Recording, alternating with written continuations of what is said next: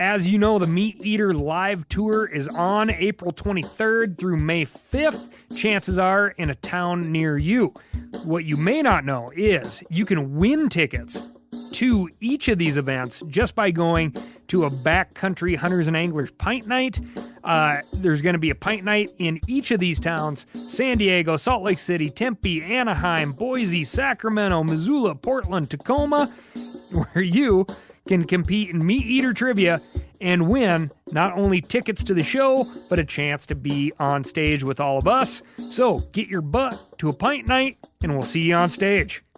I'm KC. And I'm Tyler. And you're listening to The Elephant Podcast. Rage, Rage, Rage!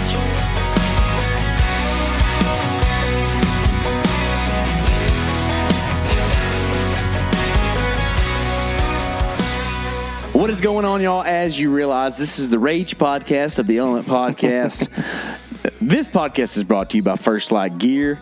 I got on some First Light britches right now because I'm wearing some Trace, because we're in Texas, and that's all we wear is Trace, right, Tyler? Apparently. Actually, we wear a lot more than that, but, man, about near any day here in the middle of the day is Trace weather outside. It's weird. Could be. Weird. I like these pants a lot, though. But anyways, it is, early January. And it got to like 60-something today, probably, outside. We got the door open on the house. Tyler's yawning like it's afternoon nap time.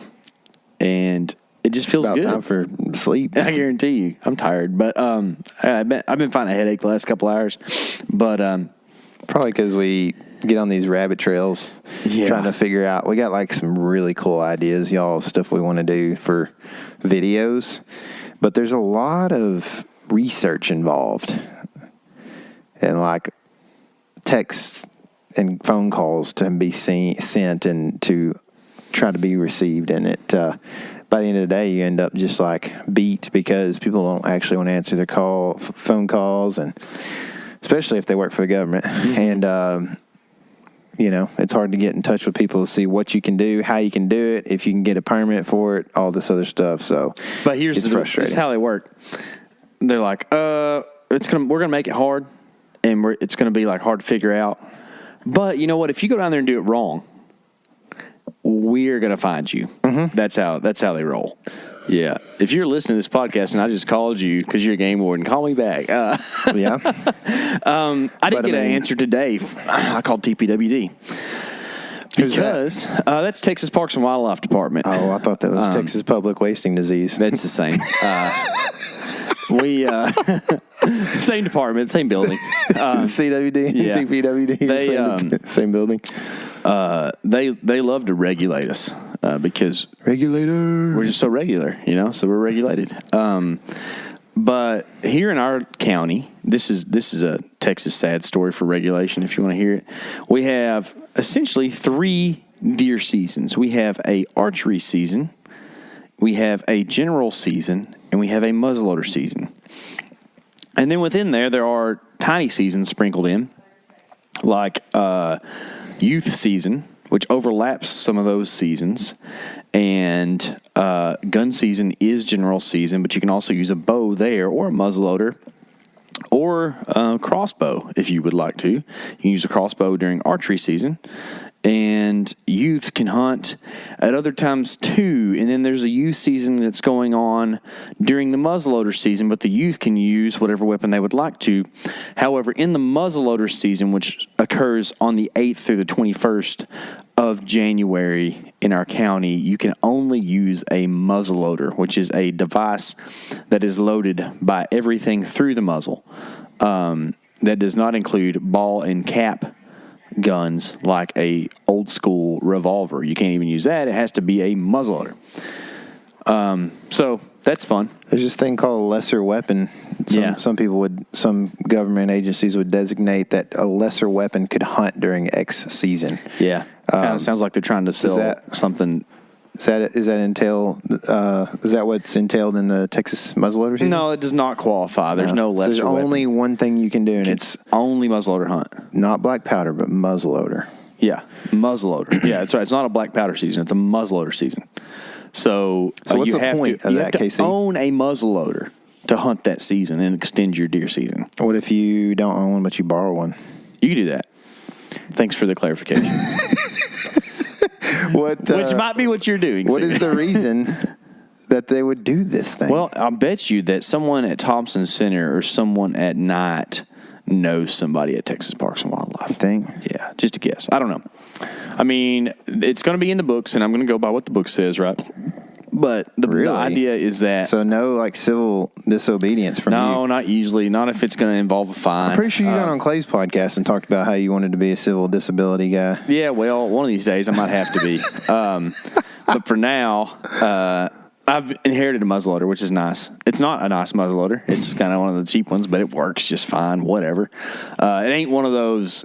muzzleloaders you can go out west and shoot 600 yards with during the muzzleloader season in some states, which is kind of ridiculous. It's kind of like crossbows and archery season. But anyways, I don't want to make y'all mad, but I did.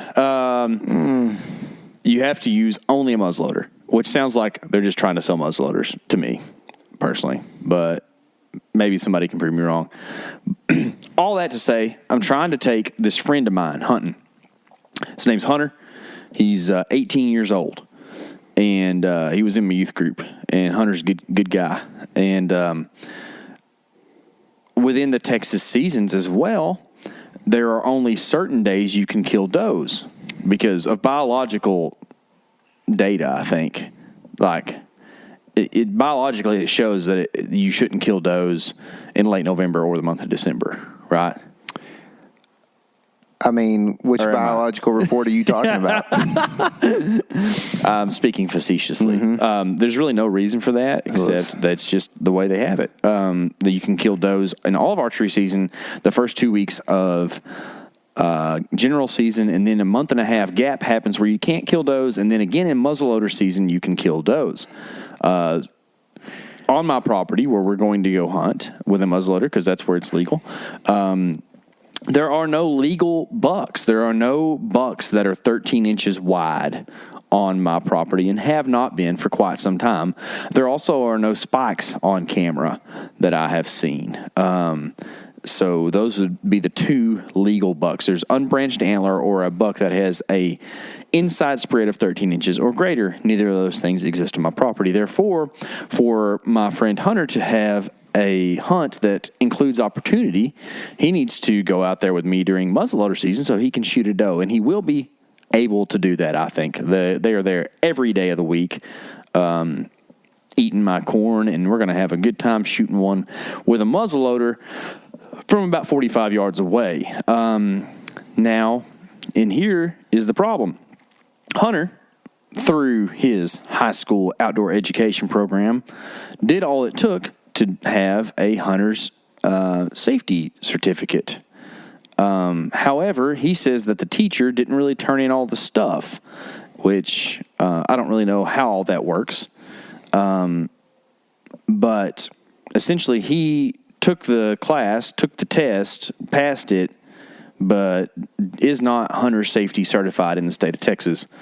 Which I think that's actually a nationally recognized thing, right? So, like, you get hunter safety certified in your state, and then it's valid across state lines. But Hunter now has to purchase a 1-year deferral on his hunter safety certificate that allows him to accompany me in the woods because I am hunter safety certified, but he is not. He's an 18-year-old young man who knows nothing about hunting. His family does not hunt, but he's interested in hunting, and I'm going to try my best to facilitate that and foster that, and you know, hopefully he teaches his family and kids one day to hunt as well. Why? Because I like hunting, and I want more people to hunt. I don't want it to go away. Really? So you don't agree with people who want less hunters in the woods? I don't agree with people that want less hunters in the woods. I do agree with people that want less hunters in the woods per acre. Yeah, so you want more acres for people to hunt. Let's add acres and not reduce numbers. How do we do that? We're going to have to lease some ground. That's what we're going to have to do. The government? No. Daggum governments. Me and you. Oh, you want us to lease ground? Me and you lease some ground. So that people can hunt it? Yeah. No, me and you can hunt it and take our friends. Oh, so we're not crowding up public lands. But the problem with this whole deal is that, you know, really what I want to do, Tyler, is that I don't really want the government to go out and assess new properties. Like, that's kind of growing government, and I'm not a fan of that. But what I want the government to do is to just make the properties that they already are holding in trust for us available to us. Yeah, that's a big problem. That could help. I mean, sure. I don't know the exact figures, but it's at least 3-to-1 ratio of land that you cannot whitetail hunt versus land you can whitetail hunt that the government has in public trust. But either way, the whole issue that we are kind of trying to tackle right here is that my friend Hunter wants to hunt, and because some circumstance he doesn't have his hunter safety course, he has 1 year of probationary period that he can hunt without that, and then in perpetuity he is no longer allowed to hunt in the state of Texas after this 1 year deferral until he gets his hunter safety course done. And he's not going to listen to this podcast, so I'm just going to go ahead and tell you, Tyler, that I doubt he does it. Yeah. I doubt that he follows up and makes that happen. Now, there's a part of me that appreciates the side of hunter's safety and all that. But again, it's still just a regulation. It's us being regulated out of a thing. And so, how do you fix that? Can they not add some mentor program to where, like, I sign off on him and say, this guy's good? Why does the government have to tell him he can hunt? Well, I don't know for sure, because, like, if I was just being real, like, surface level and just off the cuff here, like, on private land, there's not probably just, I mean, like, there's things that he could do to injure others, but it's a lot less chance that he injures somebody on private while hunting than on public, as far as, like, knowing how to point a gun in the right direction or whatever. There are some things in the hunter safety course, or there were when I took it, that had to do with identification of animals. So I guess you could say that he's hurting other hunters if he shoots a mule deer when he's supposed to shoot a whitetail. So, like, he's taking a mule deer off the landscape that somebody else could shoot. It's not like a physical harm. It's just like a hurting their chances at, going out and achieving their goals on their properties or whatever. So, I mean, there's some things like that. Those are all great arguments. Like, I mean, and of course, I have an anti-governmental view of things, right? But so instead of just raging on that, I would say that your argument holds up, except for the fact that if Hunter wants to go out right now without a hunting license, without a hunter safety course, with a high-capacity semi-automatic rifle at night in the dark, he can shoot 1 million hogs tonight if he wants to, without a hunter safety course. How about that? Doesn't even have to have a license. Huh. Yeah, so, that's interesting. Yep. Don't like politics. You like pigs? I do. Good. Yep. You talk about pigs? Mm-hmm. We did some pigging the other day. We did. We pigged. We pigged for a few days. Pigging and grinning. Yeah. Y'all, if you listen to the last podcast, you heard my granddad passed away, and it was tough. It's not really sad. It was time, but it's still tough to deal with. But within all that, we also had to get a video out, and that meant do some pig hunting. And it actually kind of helped me, I feel like. Kind of nice to get out and do the thing. Just you and me, too. It's pretty fun. Yeah. Not to deal with nobody like stinks. A bunch of kids around. We all smell. Both of us smell like just neutral, right? Not even good, but just neutral. Neutral humans. Yeah. No hand holding. Dude, it's all, this time of year is so nice. Like, people and some of these humans that hang out with us a bunch, they talk about how hot it is and whatever. And it is. Like, it's hot in the summer around here. But the thing that you get here right now is like, dude, it's sunny still and 55, 60 degrees. I mean, it is beautiful. Like, anything you want to do outside this is the time to do it. And it's just like this a lot right now. I was like, just to go out this time of year, man, and walk around in the woods is just one of my favorite things. Mm-hmm. I think I'd rather walk around in the woods in January than any other month, probably. Even though, like, November's fun, there's sign and stuff, but, like, just like a good just 60-degree day in January is just hard to beat, man. You know? Mm-hmm. Everything's just, all the leaves are off. It's sunny, still, and you can hear, things walking around. There's squirrels moving around. There's some kind of like less, I was talking to a buddy of mine the other day that you and I both are friends with. We were talking about how like deer hunting is just so stressful sometimes. Like it's just the big game aspect, the fact that like they're highly valued by the public, so it costs a lot to hunt them sometimes. So you put a lot into this property money-wise, with especially you add corn and whatever else, I mean, for those that don't do that, food plots or whatever, like this stuff can get pretty expensive. And then you go up there and you got like a 2-week rut window sometimes or whatever. It's just like, I don't quite probably stress like I used to, or even the same way, but like quite as much as I used to. But like when I had like one big buck to shoot a year, maybe it was like, holy, this is the Super Bowl. It's exciting, but it's also really like if I don't get it done, it's like I got to find time between work schedule to go back up there and do this thing, And it's just nice to like walk around in January with a shotgun and hope that either a squirrel busts out of a tree or a wood duck pops off the creek, and you have the right government regulated shot in your shotgun and the appropriate number of shots in your tube and all that stuff, right? Yeah. And blaze if the squirrel and not blaze if the waterfowl, How many ducks can you shoot in a day? 6? I can shoot a bunch. I mean, I could. Is 6 the number? 6, I think, is the limit right now. Yeah. But you're only allowed to have 5 shells in your gun. 3 for ducks. Yep. Because it would just be. So if you're a good shot, you probably get them all in one. It'd be way worse for you if you, for the ducks, if we were allowed to shoot all 5. Whenever 5 came in, dude. Right? I mean, they would for sure get that 4th and 5th shot off. It'd be worth it for sure. I'm surprised that there's not ammo companies out there just pushing to get rid of that one, because those 4th and 5th shots would be bad. I think they're just glad to exist right now. Ammo companies? Yeah, probably. Thank you, feds, for letting us exist. Yeah. Anyways, so we were talking about pig hunting. Yeah, but I mean, pigs is part of that too. Like, I mean, I could grab a shotgun and I could take steel shot, some lead number 8s and some lead buckshot, and go have a good time in the woods right now. With pigs and squirrels and all that. Yeah, so. Or bows. I mean, that's one of the things we're going to do a lot of here pretty soon. But we did some gun hunting the other day.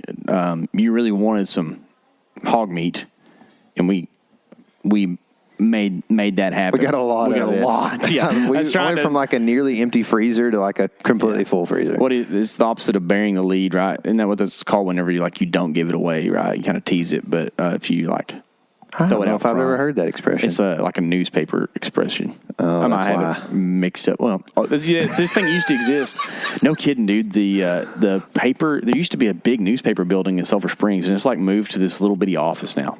Does it still exist? I don't even know if they print it. I don't know for sure. I bet they do, but golly, man, it's it used to be a paper every day, and the big one was Wednesday and weekend. Will it ever go away? Maybe. Yeah. It'll all go away one day. You think? Yeah. You think you'll be 7 years old wanting to just look at your phone? I don't know. I don't know if it's going to happen that fast or not. But man, I'm at a pivot point in my life where I think I'm maxed out on phone. I'm ready to do less phone. For sure. I didn't look at my phone hardly at all on the stand this year. Yeah. I did at all, hardly. But it's so numbing. Yeah. I just get tired of it, because sooner or later you realize that Facebook especially, but all of them, especially Instagram too, man, it's the same stuff over and over again. So there's nothing really new, especially this is weird, but once you're married, you're I don't care about that. Dude, yeah. I mean, Instagram is, and probably all of them, it's an attack on males for sure, young males. Dude, We get so many spam messages in our inbox. Dude, I was noticing that on the like message requests. Yeah. It's like a bunch of German spam bots or Russian bots. Yep. Of just like, I don't know if you get edited for that, but it's like the ography, just coming after you. Yeah, it's like, it is, dude. And it's like, it's just, they know that 20 to 30-year-old or 20 to 40-year-old males are just wound up. Man, I think even 70-year-olds are that way. They just don't have quite the gumption, Yeah, no, for sure. Because we're visual beings, but like it's an attack, man. I hate it, and I'm not looking forward to my son having to live through that kind of stuff. I know, man. That's something that I have an old boss that really means a lot to me. He taught me a lot of stuff about business and the world and all kinds of stuff. But that was one of his big things because he could see it coming. This was like 2011 through 2013. He was like, man, it's no longer like whenever we were kids, like you might find a dirty mag or something somewhere. We're just going to come out and talk about what we're talking about here, guys.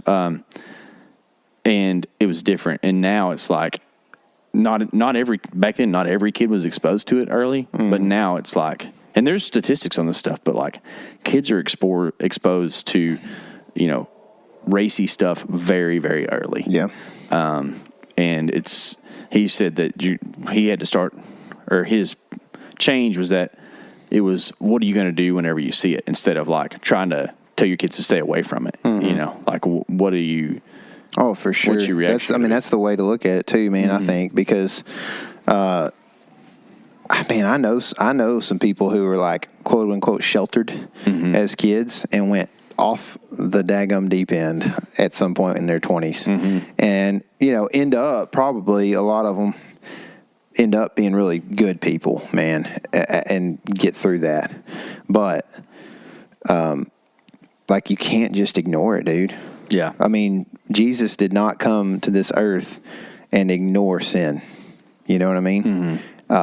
He confronted it and dealt with it. And that's what we're supposed to do too. And we're supposed to teach our kids that too, because there's no way they go through life without encountering quite a bit of sin in this world. And so, you can try to, I try to keep stuff from, but like, there's a difference in protecting innocence and sheltering. Yeah. Yeah. And there's, there's always like family stuff, like and everybody has it, where there's something in your family that you're like, man, I really don't want my kids to be asking questions about that, because I don't want to have to talk about it right now, because it's really like your kids kind of surface level and they're thinking, and you try to get deep, and it's hard for them to understand. So, but like, you really do. Like some point you have to, there's something in the family, there's something in a friend or something that you got to encounter and try to lead them through, man, and help them to understand the way that they should look at it. And it kind of hurts, like when your kids lose some innocence. Our kids are different ages, and I know you've been through this, but like Stone learned "oh my gosh" from somebody the other day, and it like hurt my heart to hear him say that. Yeah. And it's like on a YouTube video for kids that he learned that. It's like, man. Yep. Like, what? Why does he need to know that? Why does he need that to was that? What we were taught to say when we were young. Yeah, but he's never had an expletive. You know, like he doesn't know that's a need in language. But now he knows the phrase. Yeah, it's weird. Yeah. Well, life's about the disciplines. Just like hunting. Hunting's about disciplines. To whatever extent you want it to be, kind of a lot of times, but like we get pretty deep on some whitetail tactics on this podcast, and if you're not a disciplined hunter, then you probably don't listen to this podcast all that often. You know what I mean? So you might listen to it for the laughs. You understand what I'm saying here when I say life's about the disciplines, and you're going to fail, but you're constantly trying to develop yourself into better. And all right, let's roll that into hog hunting and actually not roll philosophy for too long. I have a hard time with that. I don't even care at this point. It all is the same to me. The hog hunting stuff, what is the number one discipline with hog hunting?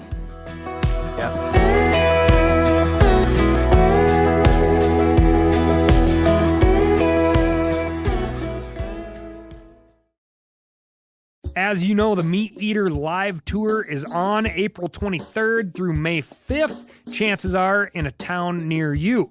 What you may not know is you can win tickets to each of these events just by going to a backcountry hunters and anglers pint night.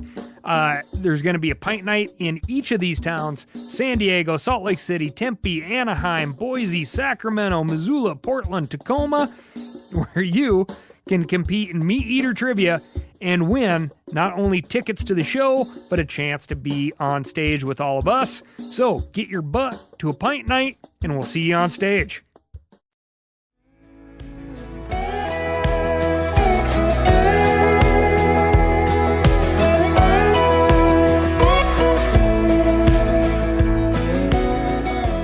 Number one discipline while hunting hogs? What do you have to mind the most? Your wind. That's right. It's everything. Yep. Right? Yep. The first night we went out there and tried to do the thing, we hunted. We thought the pigs were one direction, bedded, and we kind of played it real conservative. We never saw them. Left out. We were sitting up the hill from this big bottom, and then you and I were just sitting around talking, which we don't get to do a whole lot of, just whatever we want to talk about, top talking. Yep. And then we heard the pigs down at the bottom, like an hour and a half after dark. And it's because nuts. They were going wild. And it's because they were a different direction than where we thought they were, and they were probably smelling us the whole time we were down there. And as soon as we left, not as soon as, but shortly thereafter, under the cover of darkness, they felt comfortable to come out there. So it's all about wind. You can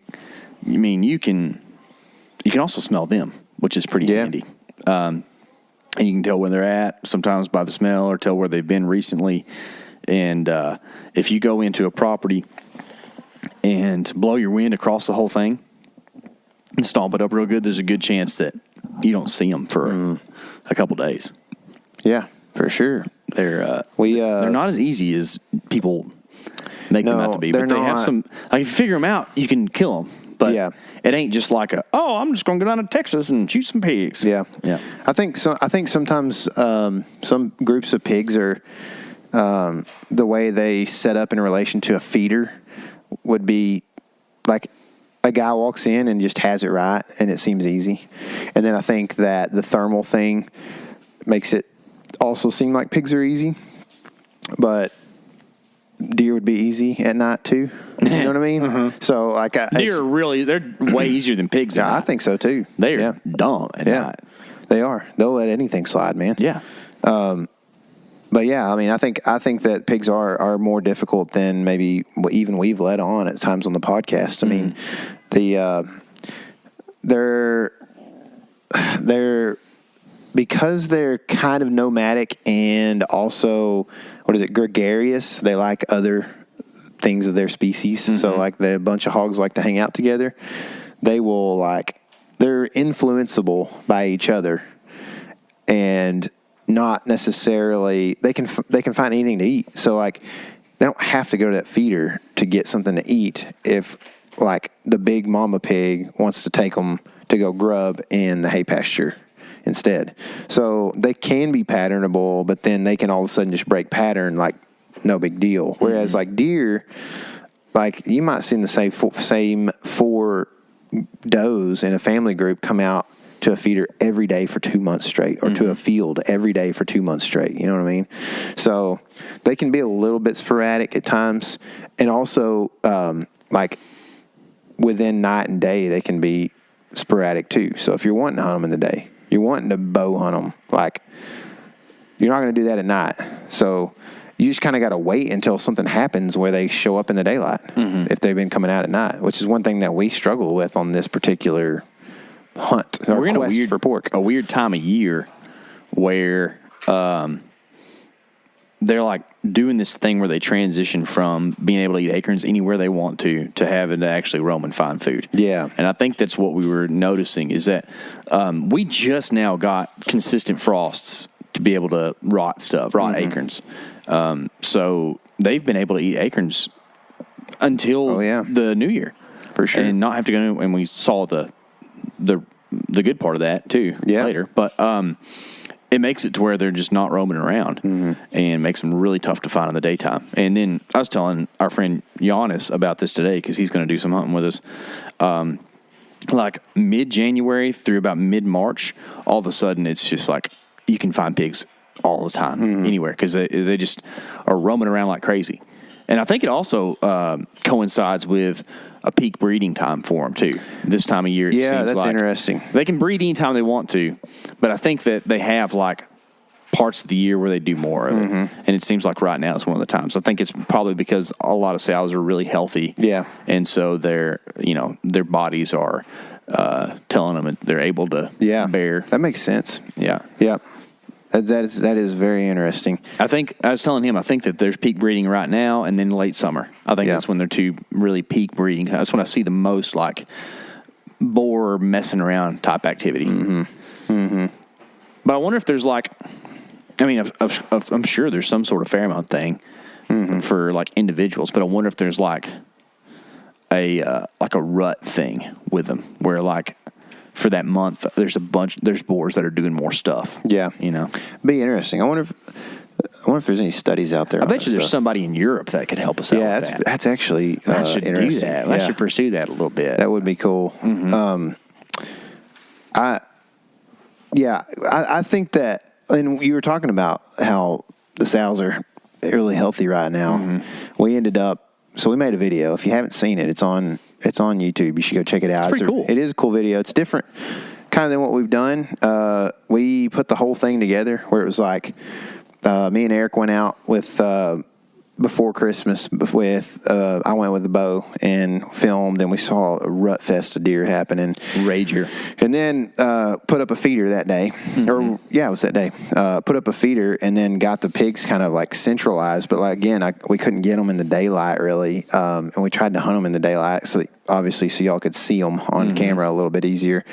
And finally we're just like, well, I guess we'll do a thermal thing. I mean, it's hard to like record KC walking around in the dark if there's pigs potentially seeing us, but you can at least see with our scope. We recorded through the scope. You can see what he's shooting at, and actually, it's really cool footage. Like that stuff, like he shows the detail of their fur and stuff too. It's pretty crazy. It's pretty neat. I like it. But we shot, and you can go look at our Instagram too. You need to see how much fat was on a sow that we shot. It's ridiculous. The video is called "Hunting Hogs for Food" because we do eat them, and that's what that is what I wanted, man. And like, we're gonna probably do some stuff with the fat and render it down and do some cool stuff. I mean, probably do like a taste test between bear grease and pig grease. If Clay ever has any, he doesn't. I don't think he actually gets it. That's it. He made it up. He did. He made it up for sure. I mean, I would. We're gonna rename the podcast to Hog Fat. If he can have bear grease, we can have hog fat. There you go, dude. But we're gonna make some lard out of those pigs, and I mean, it's some of the best meat there is. And by the way, we killed a really nice fat sow. And then a leaner but still pretty clean boar. They were both about the same weight, probably. But the boar had more muscle mass and the sow had more fat. It's kind of weird. Once we had the fat off of her, she was a lot smaller than him. Yeah. But she was bigger than him on the ground. Yeah. So crazy. She had like 30 pounds, 40 pounds of fat. That was nuts. Yeah. I mean, insane amount. So there's a little bit of this taste thing that'll be interested to see with the boar and the sow stuff, because I kind of grew up with the whole like you just don't eat boars, and then I've eaten some like backstraps and stuff out. I'm like, ain't too bad. Yeah. Yeah.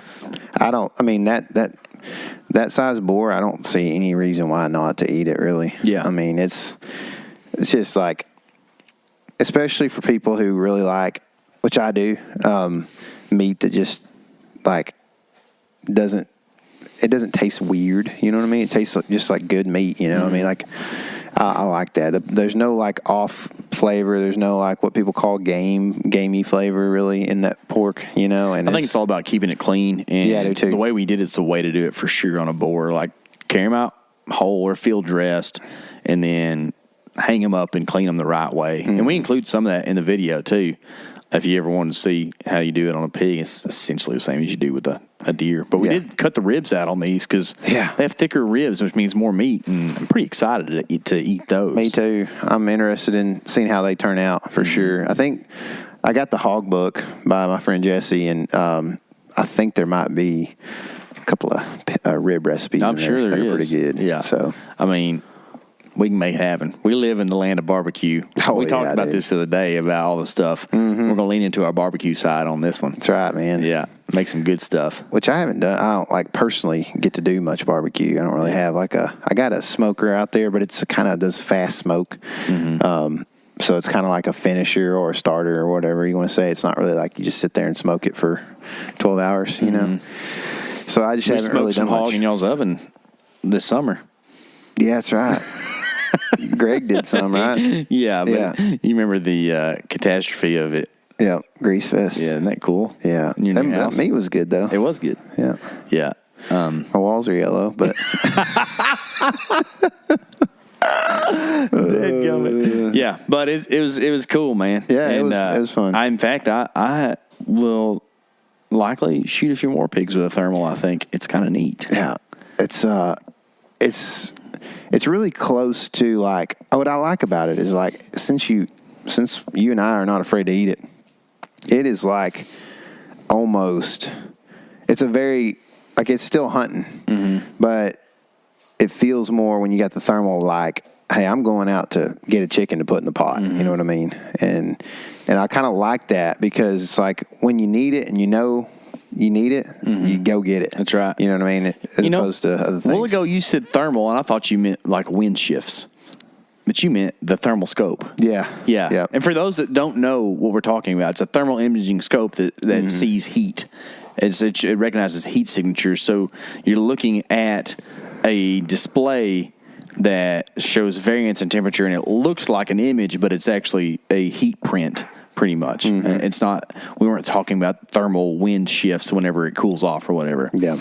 I messed that up, so maybe somebody else did too. Probably but so. What you said made sense. I was just like, what does he mean thermals? I get it now. No, there's you're probably not the only one out of the several thousands of people. It's kind of unfamiliar tool to a lot of people. Yeah. They were really expensive for a long time, and they've since became more affordable, and we actually got ours for free, full disclosure. One of those nice things about producing 312 episodes of podcasts and 400 and something YouTube videos is people will see that you will work for stuff, and so they send you stuff. But it's cool, dude. I mean, and don't let it confuse you. It's a like you said, it's a heat print, but it looks like black and white video of a pig. Like, you know what I mean? It's really cool. But if you don't really know what that is, or if you want to watch it, period, go check it out. It's on the YouTube channel. It's a kind of a longer watch, so something definitely to put on like before bed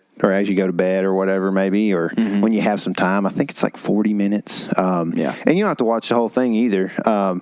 But there's some cool stuff. There's a lot going on in the video, but...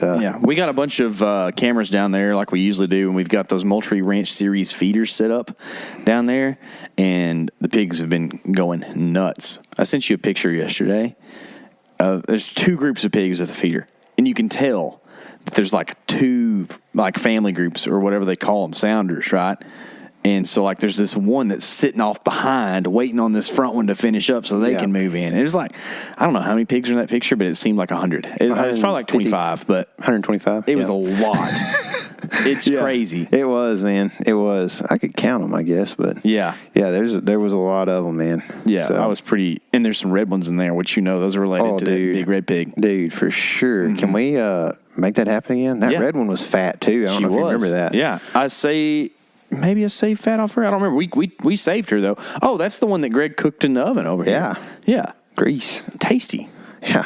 It was. Oh, we also saved the head off this pig. Yeah. So we can make some I don't know, something tasty, a pig head. Mm-hmm. Pig head. We're gonna roast it. Pig head Todd and the Monsters. What is that a band? Yeah, been around forever. I bet you Greg listens to that for sure.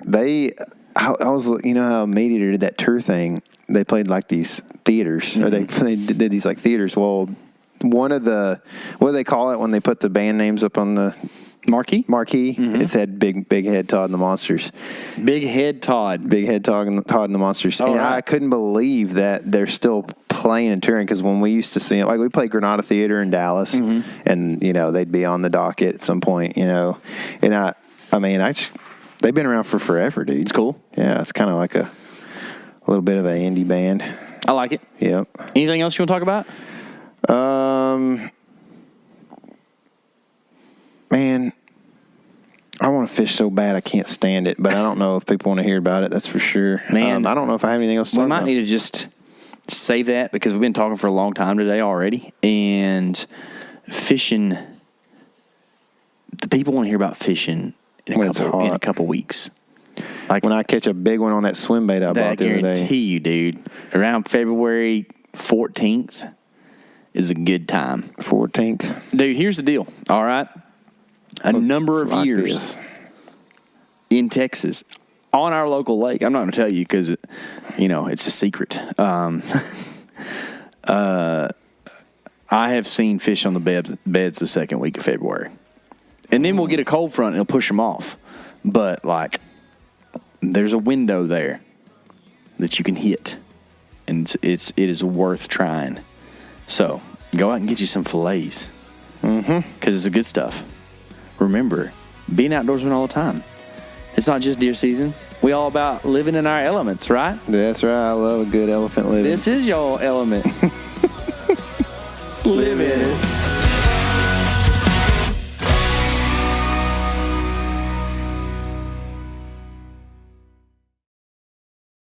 As you know, the Meat Eater live tour is on April 23rd through May 5th. Chances are in a town near you. What you may not know is you can win tickets to each of these events just by going to a backcountry hunters and anglers pint night. There's going to be a pint night in each of these towns: San Diego, Salt Lake City, Tempe, Anaheim, Boise, Sacramento, Missoula, Portland, Tacoma, where you can compete in Meat Eater trivia and win not only tickets to the show, but a chance to be on stage with all of us. So get your butt to a pint night, and we'll see you on stage.